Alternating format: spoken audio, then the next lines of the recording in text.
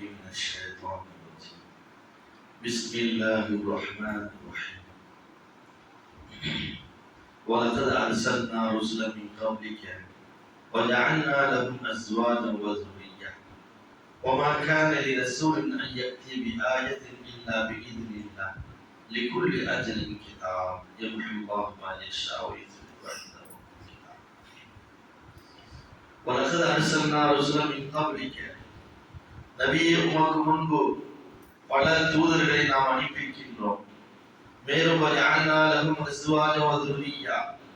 அவர்களுக்கு மனைவிமார்களையும் குழந்தைகளையும் சந்ததிகளையும் நாம் ஆக்கியிருக்கின்றோம்.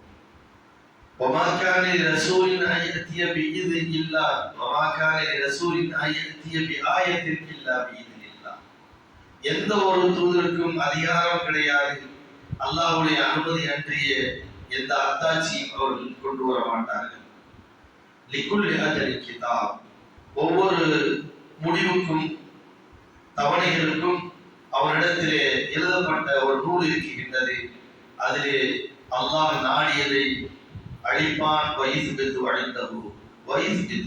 அல்லாஹ் நாடியதை அதிலே பதிவு செய்து விடுவான்.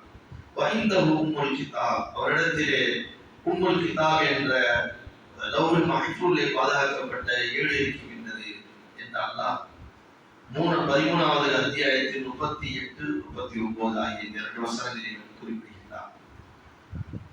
முதலாவதாக வலக்கத் அர்ஸல்னா ரஸூலன் மின் கப்லிக வஜஅல்னா லஹும் அஸ்வாஜ வ ذُرِّيَّةً என்ற இந்த வசனத்துடைய ஒரு தொடரை, நபியே உங்களுக்கு முன்பு பல தூதர்களை நாம் அனுப்பியிருக்கின்றோம், அவர்களுக்கு மனைவிமார்களும் குழந்தைகளும் இருந்திருக்கின்றனர் என்று அல்லாஹ் குறிப்பிடுகிறார்.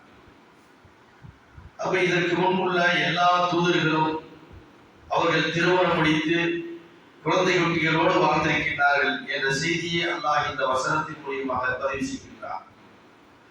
ஏன் இதை பதிவு செய்கிறார் என்று சொன்னால், நபிமார்கள் என்பவர்கள் வேறு யாரும் அல்ல, அவர்களும் உங்களை போன்ற மனிதர்கள் தான். இன்னமா இருக்கும், உங்களை போன்ற மனிதர்கள் தான் அவர்களும். நீங்களும் எப்படி இந்த உலகத்திலே உங்களுக்காக வேண்டிய இயற்கையான சில சிற்றின்பங்களை நாம் அமைத்து தந்திருக்கின்றோமோ, அதுபோன்ற நபிமார்களும் அப்படிப்பட்ட சிற்றின்பங்களுக்கு ஆளானவர்கள் தான். எனவே அவர்களுக்கு அந்த தாம்பத்திய உறவின் மூலியமாக தன்னுடைய அந்த இன்பங்களை தீர்த்து கொள்ளக்கூடிய ஒரு வாய்ப்புகளை நாம் ஏற்படுத்தி தந்திருக்கின்றோம். இது எல்லா இறை தூதர்களுக்கும் நாம் வழங்கியிருக்கின்றோம் என்று அல்லாஹ் குறிப்பிடுகின்றார். ஆக மனிதர்கள் தான் என்பதை அல்லாஹ் இந்த இடத்திலே பதிவு செய்கிறார். அவர்கள் வேறு யாரும் அல்ல, ஒளியால் படைக்கப்பட்டவர்கள் அல்ல. ஏனென்றால் நபிகள் ஸல்லல்லாஹு அலைஹி வஸல்லம் அவர்களே சிலர் கற்பனை கதைகளாக சொல்வார்கள். அல்லாஹ்வுடைய தூதர் முஹம்மது ஸல்லல்லாஹு அலைஹி வஸல்லம் அவர்கள் நூருல்லாஹ் என்று சொல்வார்கள், அல்லாஹ்வுடைய ஒளி என்று சொல்வார்கள். வகுல்லு ஷைஇன் மின் நூரி, இந்த உலகமே என்னுடைய ஒளியில் தான் படைக்கப்பட்டது. முஹம்மது நபி அல்லாஹ்வுடைய நூறு, அந்த நூறில் இருந்து வந்தவர்கள் நபிகள் ஸல்லல்லாஹு அலைஹி வஸல்லம். அந்த நபியின் மூலமாக தான் இந்த உலகமே படைக்கப்பட்டது என்று நாம் சொல்வார்கள். இதெல்லாம் கற்பனை கதைகள், எந்த ஹதீஸ்களிலும் இது கிடையாது. அவர்கள் மனிதர்கள் தான் என்பதை தெளிவாக அல்லாஹ் இங்கே பதிவு செய்து, உங்களை போல இன்னொரு இடத்திலே மிக தெளிவாக சொல்லிவிட்டார். குல் இன்னமா அன பஷரும் மித்லுக்கும், நபியே இந்த மக்கள்கிட்ட நீங்க சொல்லுங்க, அன பஷரும் மித்லுக்கும், உங்களை போல மனிதர் தான் நான். நீ அதை சஹீஹான புகாரியுடைய ஹதீஸில் வருகின்றது. 5063வது செய்தியாக பதிவு செய்யப்பட்டது.